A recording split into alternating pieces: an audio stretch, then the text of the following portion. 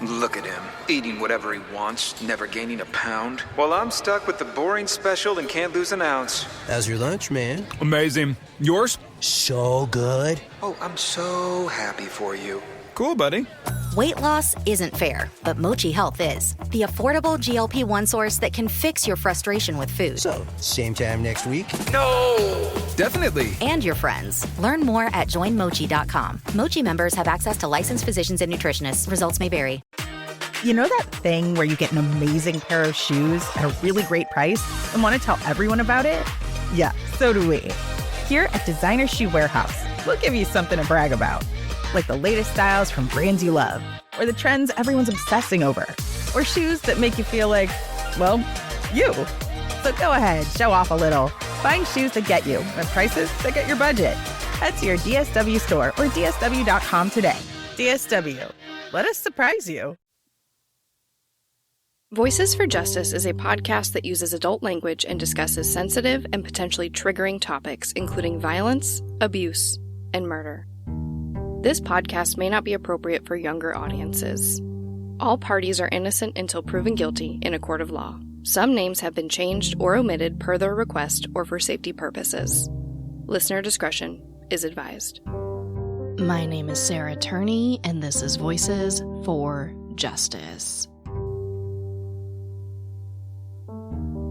There are cases in true crime that spark a lot of wild theories. Cases that become so sensationalized that they get overanalyzed and picked apart to pieces. And often, these theories overshadow the mundane facts of the case. I think a great example of this is the case of Elisa Lam. For those who may not be familiar, in 2013, 21-year-old Elisa Lam lost her life in the water tank of the Cecil Hotel in Los Angeles, California. After surveillance video of Elisa acting odd in an elevator was made public, theories about what might have happened to her spread like wildfire. The crazier theories ranged from her seeing a ghost, to her playing the infamous elevator game that took her to another dimension before tragically transporting her to the water tank where she couldn't escape, to the ghost of serial killer Richard Ramirez killing her. The truth of what happened to Elisa Lam and many other cases with wild theories is often much more mundane. As far as I could find, Elisa's parents are content with the answers they got about their daughter's death. That it was likely Elisa wasn't taking her medication as prescribed, and she suffered some type of mental break that led her to climbing into the water tank, unable to get back out. It's tragic and horrific even without any wild theory. But for some, the most reasonable explanation, the explanation her family, who by all accounts loved her very much, accepted, just wasn't enough for many true crime consumers. To be totally honest, I was one of those consumers. I was enthralled by the case of Elisa Lam. My mind also went wild with all of those popular theories. I honestly couldn't get enough information about the case. But the issue is, the focus wasn't entirely on Elisa as a person. Few people, myself included, stopped to ask if maybe there was a deeper issue.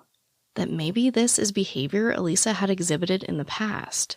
The focus was that video. It wasn't until years later, when I really got into the true crime space, that I realized that like so many of these cases, Elisa got lost in her own story. The truth is, what we saw in that elevator footage wasn't a one-time occurrence. According to her family, Elisa had a similar episode when she was off of her medication in the past. But that didn't seem to matter. The theories became larger than her. And many are still hesitant to accept the most logical explanation for what happened to her. Now, I can't help Elisa. Her case is closed and her family is content with the answers they've been given. I won't argue with that. But I feel like I can help a case that has become sensationalized in a similar way. The case of Lars Mittank. Lars has been called the most famous missing person on YouTube. But when I dug in for facts on his case, they were difficult to find. The articles that came up in an easy Google search were full of conflicting information. And they mostly focus on that now infamous video of him running through the airport in Varna, Bulgaria. So I dug deeper. The day Lars went missing, he was terrified and spoke with his mother several times. So I looked for interviews, for information from her, from the private investigator she hired, and from the friends Lars was on vacation with. Because this is a case where much of the source material is in other languages, I basically spent a lot of time on Google Translate. But then I found a YouTube video from a German creator named Insolito. In 2020, Insolito released his over-hour-long documentary about Lars. He spoke with Lars's mother Sandra, the private investigator, and got his hands on some related documents. As of recording this episode, his video in German has over 1.6 million views. But that same video translated into English only has 65,000 views. This really kind of blew my mind. When you search Lars Mittank on YouTube, you find a ton of very short, very popular videos in English with upwards of 4 million views. These videos do mostly focus on that infamous video, and they are usually riddled with misinformation. It was the same misinformation I saw across most popular American media sources. These things happen. I mean, although I try to conduct the best research I can for these cases, I'm sure I get things wrong all the time. What really got me was the lack of interest in this extremely informative video that was gathering information directly from the sources. It's not as if this video has been buried by the YouTube algorithm. When you search Lars Mittank, it comes right up. So it became pretty clear to me that people would rather watch the short, sensational videos of the quote, crazy man running out of the airport rather than dig deeper for the facts. Just like people were more fascinated with Elisa Lam and what she was doing in that elevator footage than her mental state. Or maybe creators are just hesitant to give credit to Insolito's extremely thorough research on this case. Because I have to say, this episode would not have been possible without him. I would not in good faith be able to tell you Lars's story without Insolito clarifying the timeline and so many other crucial facts about this case. His video will be linked in the episode description, and I highly recommend you watch it for yourself. The bottom line is, I want to cut through the misinformation and the theatrics of this case and bring you the facts. Because Lars is still missing, and in my opinion, focusing on the facts is what's going to help bring him home. This is the case of Lars Mittank. This episode of Voices for Justice is sponsored by Chewy. If you have pets, you probably know about Chewy, and you also know that when they say that they have everything you need to keep your pet happy and healthy, they're not messing around. To keep them happy, Chewy has over 100,000 products from all the brands my pets love at prices I love. To keep them healthy, Chewy offers pet prescriptions, pet insurance, telehealth vet visits, and they're even rolling out vet clinics across the country. I've been shopping with them for a very long time. And in addition to the auto-ship feature that gets the dog's food to them every single month, I also love to experiment with different treats. But I'm a bit picky. For me, it has to be high quality with simple ingredients. I recently picked up treats from Shepherd Boy Farms that are 100% just chicken breast. Popcorn and Heber are already obsessed. Chewy has everything you need to keep your pet happy and healthy. And right now, you can save $20 on your first order and get free shipping by going to chewpanions.chewy.com/Sarah E. Turney. That's chewpanions.chewy.com/Sarah E. Turney to save $20 on your first order with free shipping. chewpanions.chewy.com/Sarah E. Turney. Minimum purchase required. New customers only. Terms and conditions apply. See site for complete details. Insurance isn't one size fits all. That's why customers have enjoyed Progressive's Name Your Price tool for years now. With the Name Your Price tool, you tell them what you want to pay, and they'll show you options that fit your budget. So whether you're picking out your first policy or just looking for something that works better for you and your family, they make it easy to see your options. Visit Progressive.com. Find a rate that works for you with the Name Your Price tool. Progressive Casualty Insurance Company and Affiliates. Price and coverage match limited by state law. This episode of Voices for Justice is brought to you by Quince. I've been trying to be more intentional about what I wear each day. I'm leaning into pieces that feel effortless, comfortable, and still put together, and Quince has been my go-to. The fabrics feel elevated, the fits are flattering, and everything just works without overthinking it. They use premium materials like 100% European linen, organic cotton, and ultra-soft denim. And the best part? Everything is priced 50 to 80% less than similar brands. They work directly with ethical factories and cut out the middlemen, so you're paying for quality and craftsmanship, not brand markup. I recently just ordered their tiered linen dress, of course in black. I wanted to pair it with one of my favorite pairs of brown wedges. The problem was, I didn't have a brown purse, so I got that from Quince too. It's one of my favorite outfits. It's easy, effortless, and feels amazing, especially as we're getting a little bit warmer here in Phoenix.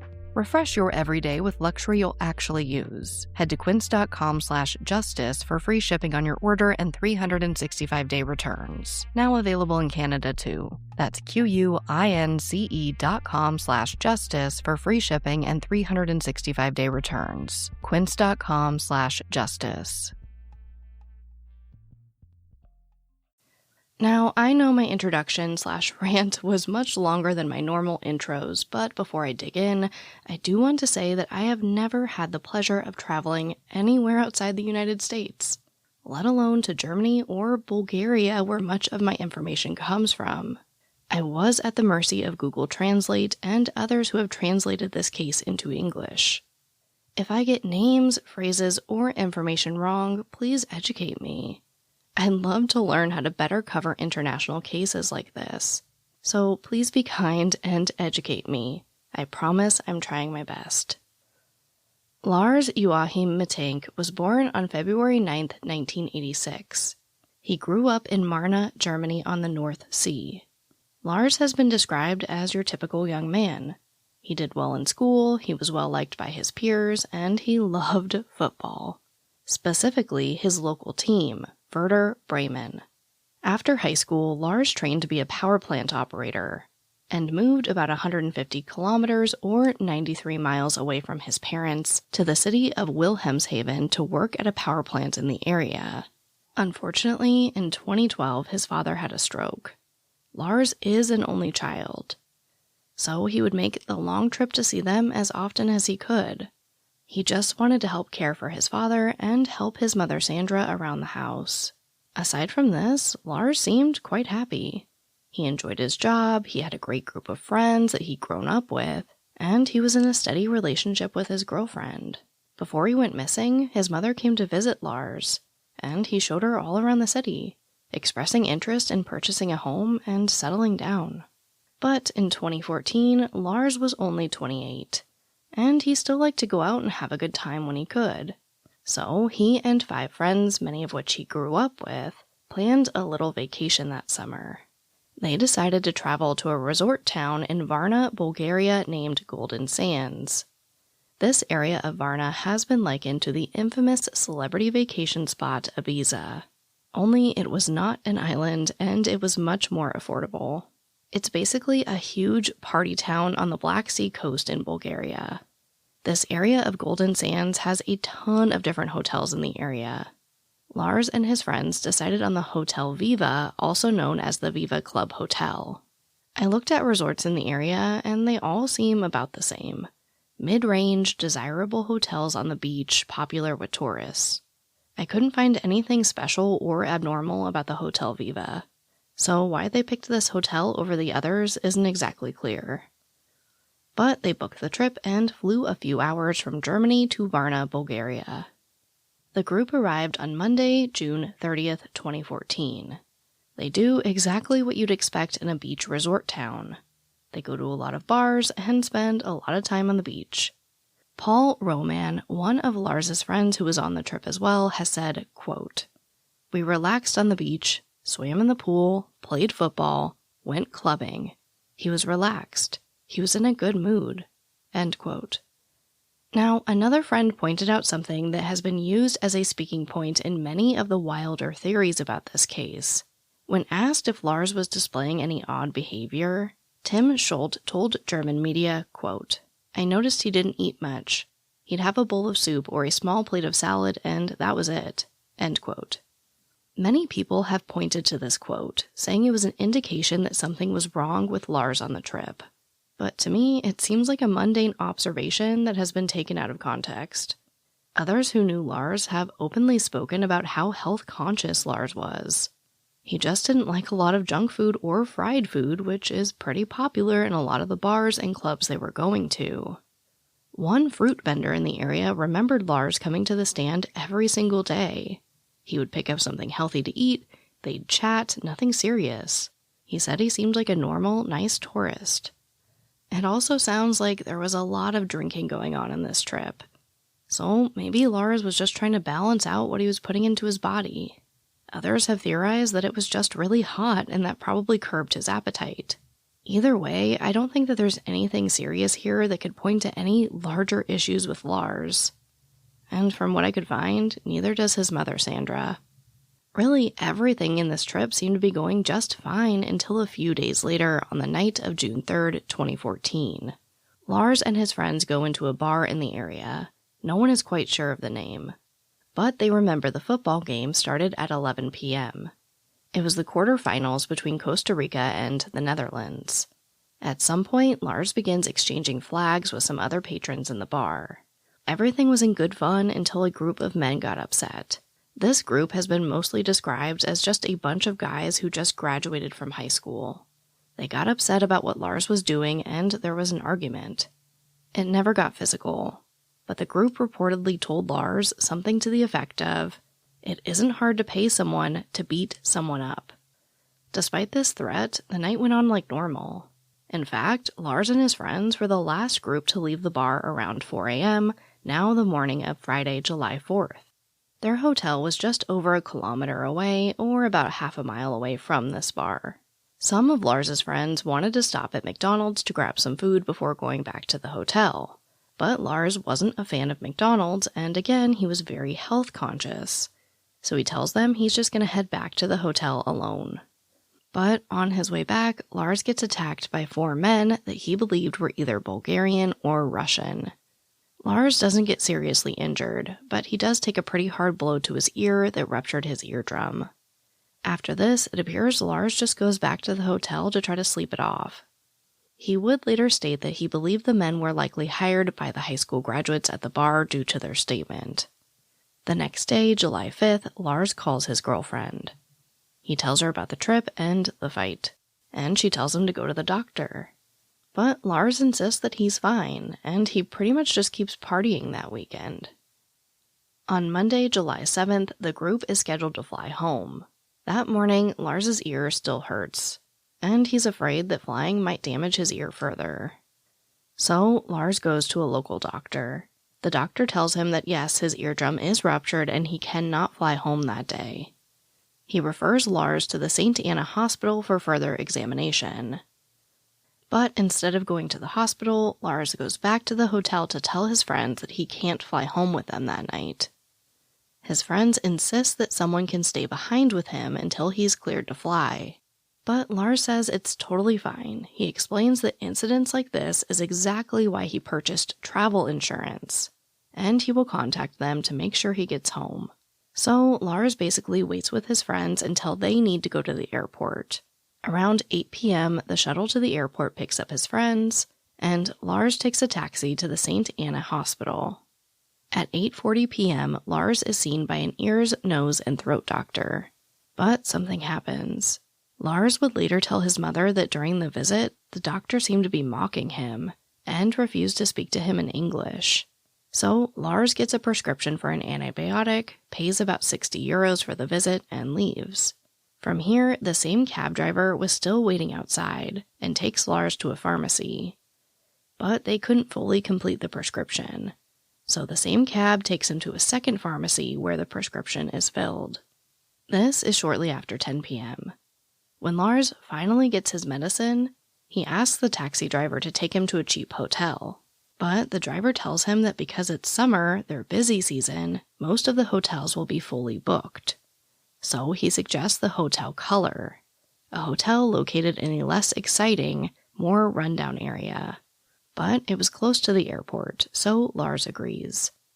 According to some reports, The taxi driver has stated that before going to the hotel color, Lars initially planned on stopping at a store next to the hotel to buy some water. But after seeing some scary-looking guys at the store, he decided to just go straight to the hotel. The driver says that after leaving the taxi, Lars pays him and gives him a very generous tip. When Lars checks into the hotel, he says that his bank card is copied. This would later really freak him out. Now, this is something I really tried to find more detail on, because I worked in retail. There actually are some valid reasons for copying someone's card. Mostly to process sales while the point-of-sale system is down, or to keep a card on file for recurring charges. Basically, it's not only just to have the card number, but to prove that you did physically see the card. You typically put the card into this little machine that has paper underneath that creates a bunch of carbon copies. You slide a little piece of plastic over it and you have an imprint of the card. The thing was, I couldn't find out why the card was copied or how it was copied.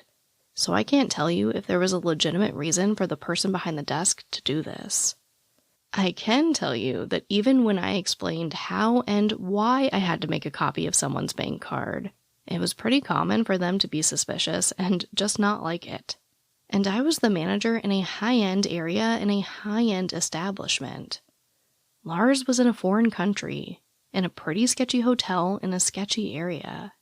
So this freaked him out, and I totally understand why. I can't say I have all the answers for Lars's behavior, but I think being paranoid about this is a fair reaction. Either way, after he checks in, Lars goes to his room and then down to the hotel bar to get some water for his medication.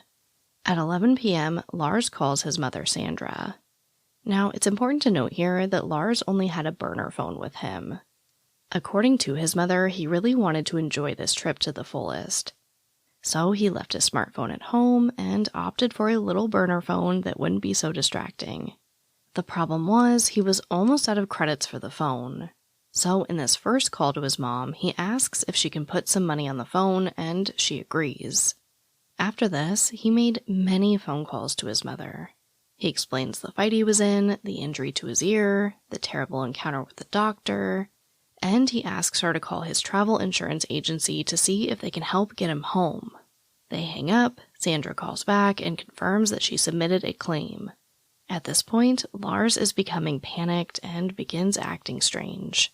He tells his mom about the hotel and how his bank card was copied at the front desk. He tells her that he cannot stay in this hotel. He then asks Sandra to call his bank to see if they can just put a hold on the card. But the bank tells Sandra they can't really do that, but they can cancel the card. She calls Lars. Lars says yes, please just cancel the card, and he insists that he has enough cash to make it until he can get home. Obviously, Sandra is getting really concerned at this point, and she just books Lars a bus ride home for 11:30 p.m. the next night. She tells Lars that just in case he can't fly tomorrow, he would at least have some type of transportation home. She then tells Lars to relax, get some sleep, and heal up. They end the call, but Lars calls back not long after. He insisted again that there was something wrong with the hotel. He felt like his room might be bugged, and he was being watched.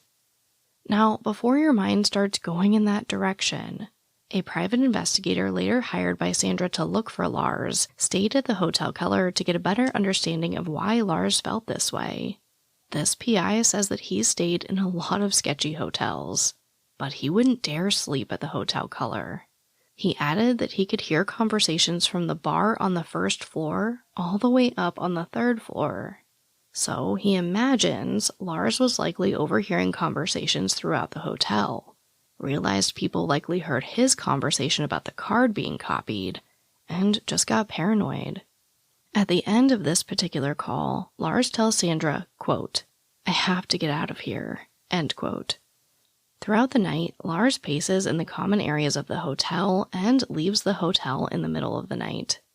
At 2:30 a.m. on now Tuesday, July 8th, Lars calls his mother again. He says he's left the hotel, and he was being followed by 4 men. He was speaking very softly and told his mother he was, quote, high up and could fall down. End quote. Not long after, the call ends. Now, the PI would step in again with another reasonable explanation, that Lars was an obvious tourist in a bad area, and likely was being targeted for a robbery. But that is just a theory. Again, I don't have an explanation for everything, and there are some genuine mysteries in this case. It's possible that 4 men were following him. Maybe they were even the same 4 men that beat him up a few days before. We just don't know. At 3:06 a.m., Lars texts his mother to ask about the antibiotic he was prescribed, writing, quote, Cefzil 500, what is this? End quote. At 3:15 a.m., he sends an identical text to his mother again. But Sandra believed Lars was in hiding and could be in danger, so she didn't call. She just booked him a plane ticket for 4:20 p.m. that afternoon. He would be in Hamburg by 9:45 p.m. Now Lars had 2 different ways to get back home. Sandra didn't know exactly what was going on, but she knew her son was not acting like himself, and she wanted him home. Sandra would later tell the German media, quote, I thought, God, my son is in danger. I could hear his heart pounding over the phone. He said people were trying to rob him or kill him, end quote. Around sunrise, Lars is seen frantically waving down a taxi. Despite this driver already having a woman in the car, he stops to pick up Lars as well. Both the driver and this woman would report that Lars's pupils appeared to have been dilated. Lars arrives at the Varna Airport at 5 a.m. I haven't been able to find out a concrete answer as to why Lars was at the airport almost 12 hours before his flight.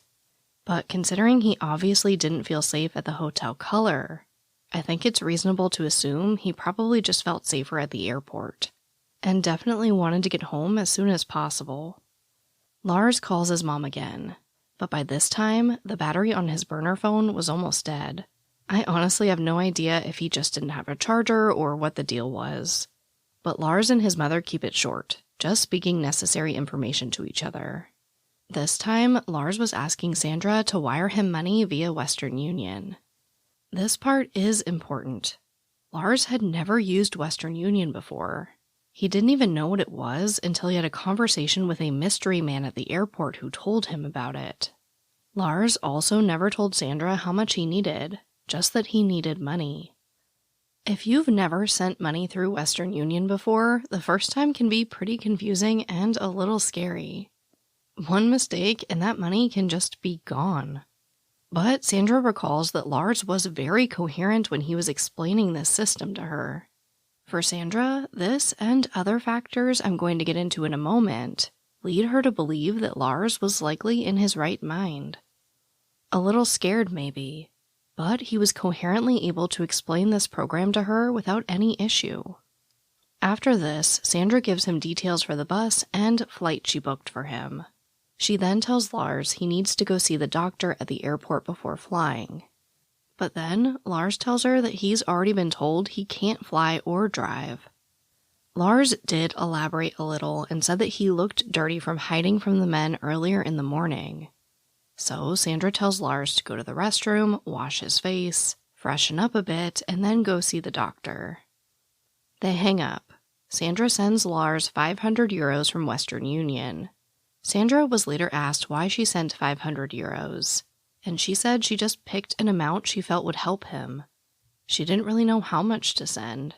When Sandra calls to tell Lars that the transfer had been completed, the line picks up, but she just hears murmurs. So she assumes Lars accidentally answered the phone while he was in the restroom. She tries again later, but Lars never answers his phone again. However, Sandra, her lawyer, and her PI were able to track some of Lars's movements after she lost communication with him. At 9 a.m., Lars does see a doctor at the airport, Dr. Kostov. The exam lasts 42 minutes. The doctor says Lars is fine to fly. He just needs to sign a waiver to do so. He gives Lars some eardrops and attempts to give him more medication, but Lars refuses, stating he had an adverse reaction to the antibiotic he was currently on. Now, here's where things get really dicey. The problem is, this doctor has changed his story several times. And unfortunately, we just don't have the video to prove or disprove any of these stories. So I'm just going to run through each one. Story 1. Before Lars could sign the waiver, he needed to use the restroom.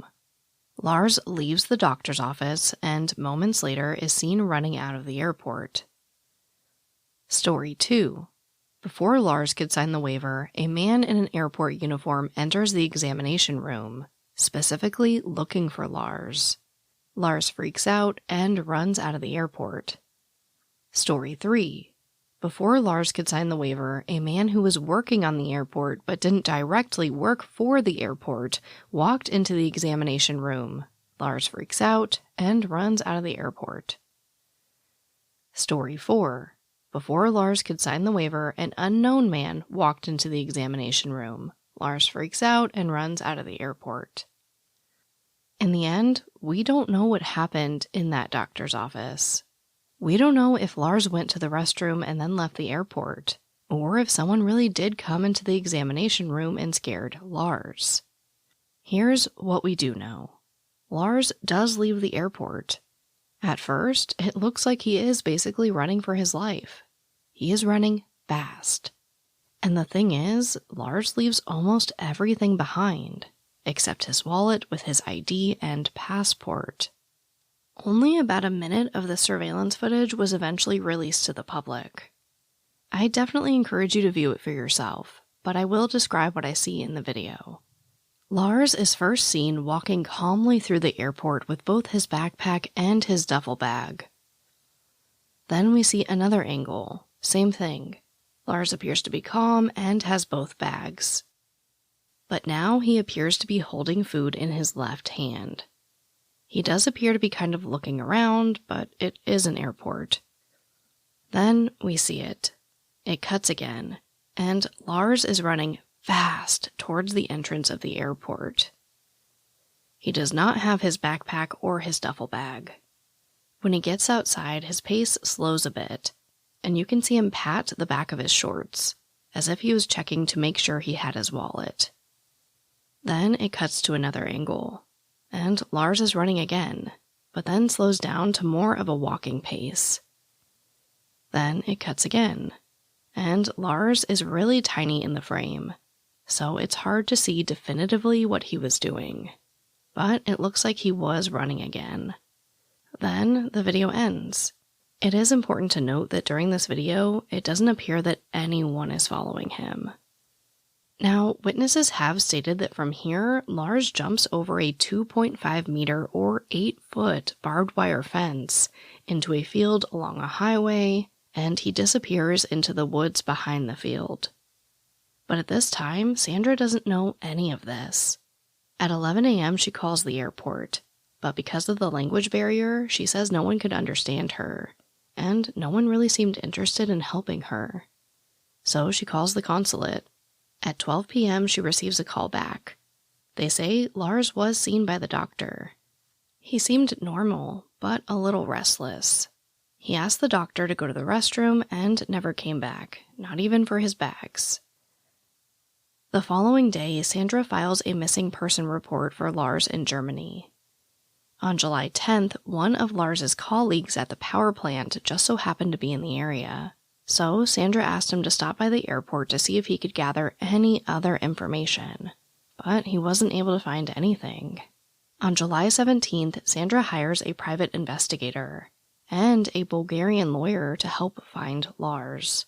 Then on July 24th, Sandra decides enough is enough, and she travels to Varna herself. On the 27th, Sandra, her PI, and her lawyer go to the Varna Airport. And they're shown video footage of Lars that has never been released to the public. Sandra says the footage shows Lars running out of the airport, checking his pockets for his wallet, and reorienting himself, just like I talked about. But then she sees Lars look in 3 different directions. In one direction is where he came from at the hotel color. In the other direction are 2 police cars. And in the third direction is the fence and field we know he disappears into. Sandra says she thinks Lars was acting quite strategically in the video. He heads towards the field, but is careful to not be seen by police. He hides behind a sign, a bus, and even a large pile of sand. Then she sees him climb the fence and fade out of view. When Sandra asked for footage of Lars arriving to the airport, she was told it was not available. It's also important to note that the video Sandra, her lawyer, and her PI saw that day was never given to police. They received that video that has since been made public.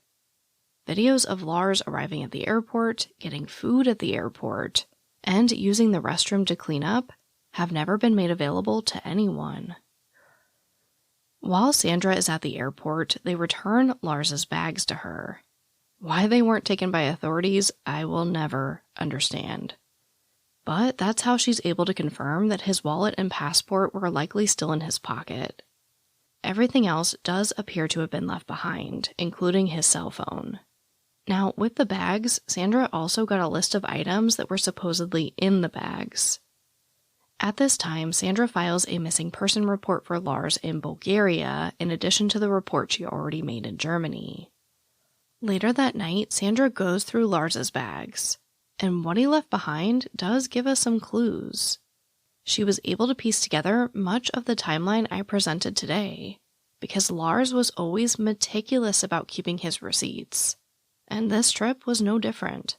She told Insolito, quote, "In the evening at the hotel, I checked the bag, and find out that Lars was, as always, very tidy. He picked up all the receipts from the hotel, the pharmacy, etc. On the basis of the receipts, which I have sorted chronologically, I can follow the exact time of his vacation. The only thing missing was the Cefsil." End quote. The list she was provided said that there should have been 17 pills in the bag, 2 blister packs of 10 pills each, with 3 removed from 1. Like Sandra said, the medication was gone. The next day, Sandra and her lawyer go back to the airport to ask about the pills. The man who had originally given her the list of items in the bag brought another list, this time without the medication listed. Sandra stated, quote, "I was appalled, the lawyer as well, who said that he would testify that the tablets were listed the day before. Shortly after that, it became horribly loud. I shouted loudly that they should stop, and that I was no longer interested in these tablets. I just wanted to get out. The situation felt very uncomfortable and dicey. I just wanted to get out. I thought to myself, there's something wrong here. There's a lot of drama going on here." End quote. It is important to note that the pills were eventually located. Apparently, they were left in the bag and confiscated by the Varna police. Not long after, Sandra fired that lawyer. She said that he began acting strangely, and told her she needs to stop looking for Lars. Many searches of the area were conducted for Lars Mittank. At one point, they had over 100 people on the ground looking for him. They used drones, cameras with thermal imaging, cadaver dogs, and another dog who was able to track Lars' scent for a short distance, but it lost the trail. Private investigators hired by Sandra have also exhausted all avenues. They worked day and night looking for Lars. They used Sandra and recordings of Sandra's voice, hoping they could coax Lars out of the wooded area surrounding the airport if he was hiding. They hung posters of Lars all over Bulgaria, but they were often stopped by police, citing concerns of litter. They checked hospitals, they checked jails. They spoke with local news stations, radio stations, and newspapers. They even ran ads with the taxi companies with information about Lars. Like I mentioned earlier, the PIs even went to the Hotel Color, stayed the night, and they walked the paths they thought Lars might have taken. They even tracked down the mystery man who supposedly interrupted Lars's doctor's appointment. Or so they thought. The airport presented a man they say was the mystery man, but it turns out the guy wasn't even in the country at the time.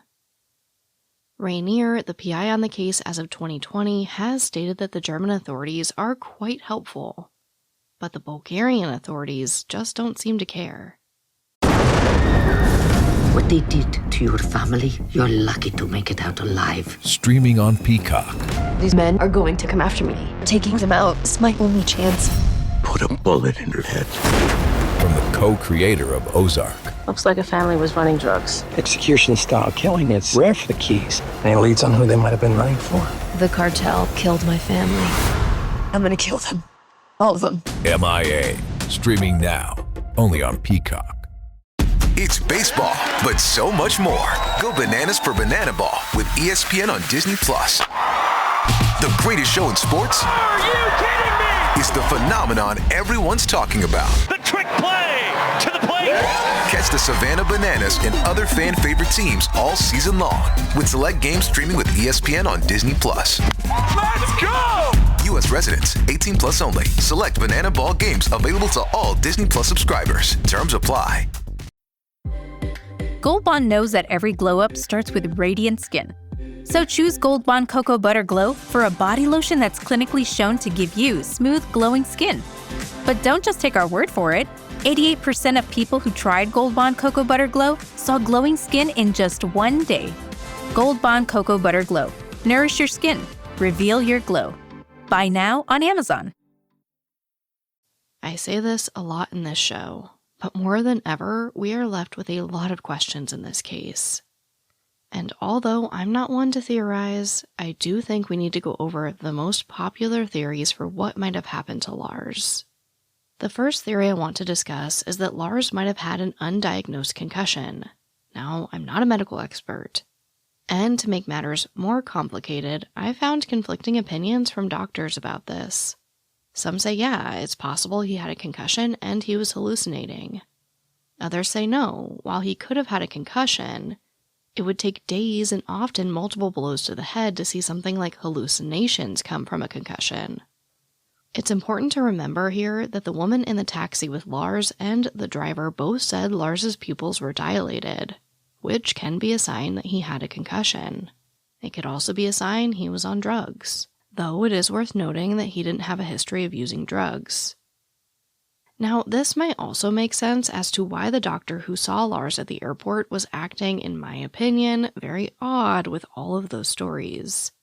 Maybe he realized he misdiagnosed Lars and didn't realize how serious it was.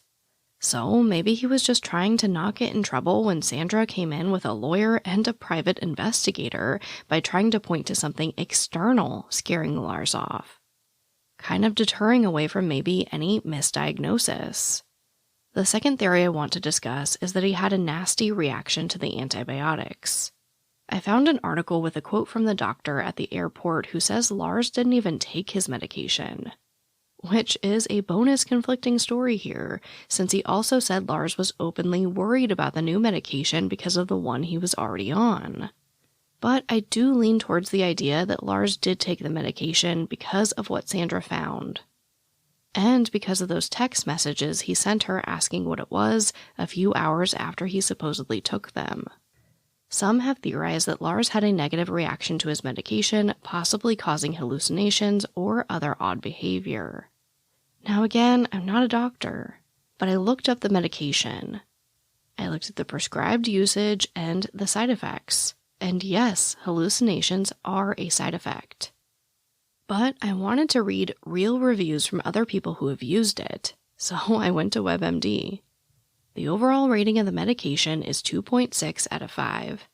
When I started going through the negative reviews, I saw a lot of complaints about rashes, and some people getting nauseous after taking the medication. I didn't see anything about people experiencing hallucinations, but I did find a review I felt might be relevant to Lars's case.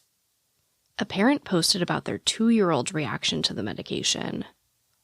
Their child experienced side effects within 24 hours, a bit longer than Lars had been on the medication. But they report their child experienced some disturbing side effects, including, quote, irritability, crying, screaming, tantrums, restlessness, and waking up at night, end quote.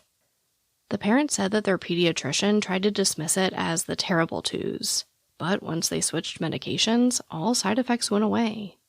Others have also reported not being able to sleep while taking the medication, and we know that Lars didn't sleep that night.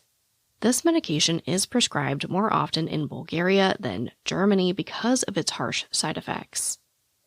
A lot of doctors have weighed in on this topic, and the general consensus is that Lars's erratic behavior could be a side effect of the medication, though it would be rare. However, they note that the side effects are more likely when the patient has been drinking, which I do think is likely in Lars's case. The third most common theory is that Lars was somehow involved in drug trafficking or even human trafficking. This theory stems more from his encounter with the 4 men who beat him up. Some theorize that the reason Lars got away with just the ear injury was because maybe he made some type of deal with them. I'll let you fill in the rest, because it really is all just speculation. I have exactly 0 evidence to back this up. I can say that Lars acted normally for the rest of the trip until the night he began calling his mom. The last common theory I want to discuss is the possibility that Lars just had a mental break. When it comes to this theory, I feel like this is honestly a possibility in a lot of cases, just because it is so unpredictable. Now, I've read about statistics of schizophrenia appearing in males around Lars's age. But no matter how much research I do, I can't tell you this is the case. And without being able to examine Lars, I don't think anyone else could tell you that in good faith either. I can tell you that Lars had no documented history of mental illness, nor did anyone else in his family. That doesn't mean it didn't happen. It just means that unlike the case of Elisa Lam, where there was a documented history of mental illness and similar episodes, I don't have anything to point to that would make me believe that was the case. It's just one of those things where it's like, yeah, that could have happened. As always, I want to talk about what the family thinks. As far as I could find, Sandra is unsure of why her son ran out of the airport that day. She believes he was coherent because of the conversations they had and the video she saw. After seeing the footage, she was actually happy. She told Insolito, quote, "I'm not crying even though this is the last time I saw Lars. I am relieved. My feeling tells me that my son knows what he's doing. He's getting himself to safety." End quote. She never really explains why Lars would be trying to avoid the police, though. As far as I could find, he was an upstanding citizen. No contraband was found in his bags, and he had no history of criminal activity. So why he would be avoiding the police is a mystery. Of course, it's possible Lars did voluntarily or involuntarily get mixed up in illegal activities, like I mentioned before.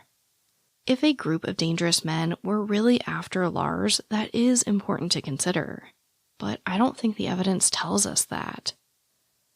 But it does point me towards the idea that Lars was hallucinating. Aside from the fight itself, Lars's behavior didn't become odd until days after the fight, until after he took that medication. That's when he began calling his mother. That's when he thought he was being followed. I mean, he just partied for a week straight. He was hit pretty hard in the head. He finds himself alone in a foreign country in a sketchy hotel, and he's nervous because they copied his bank card. He takes this medication, maybe has a drink with it, and it just kind of spirals from there. Again, I don't have an explanation for everything, but like in the case of Elisa Lam, I do think it's likely the answers are more mundane than sensational.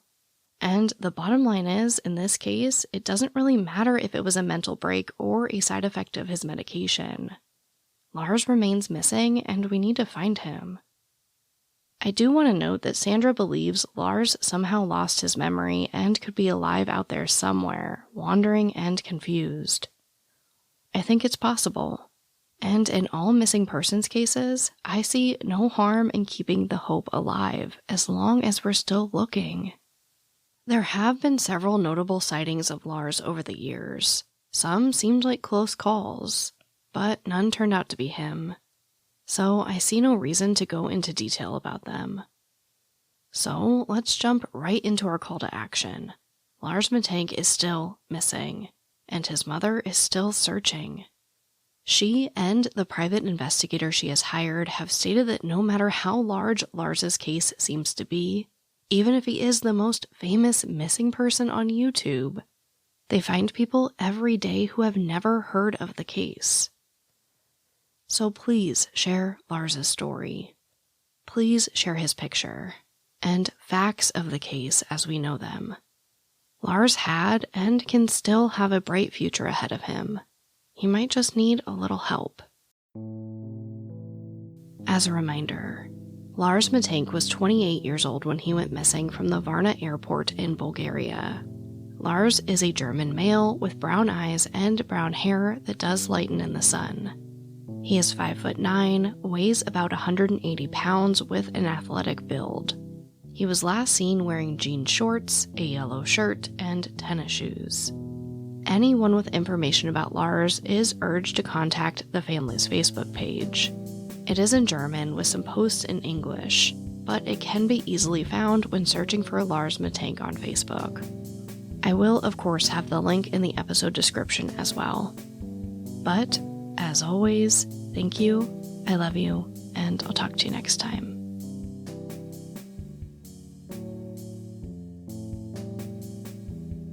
Voices for Justice is hosted and produced by me, Sarah Turney. For more information about the podcast, to suggest a case, to see resources used for this episode, and to find out more about how to help the cases I discuss, visit voicesforjusticepodcast.com. And if you enjoyed this episode, please take a moment to rate and review the show in your podcast player. It really does help more people find the podcast and these cases in need of justice.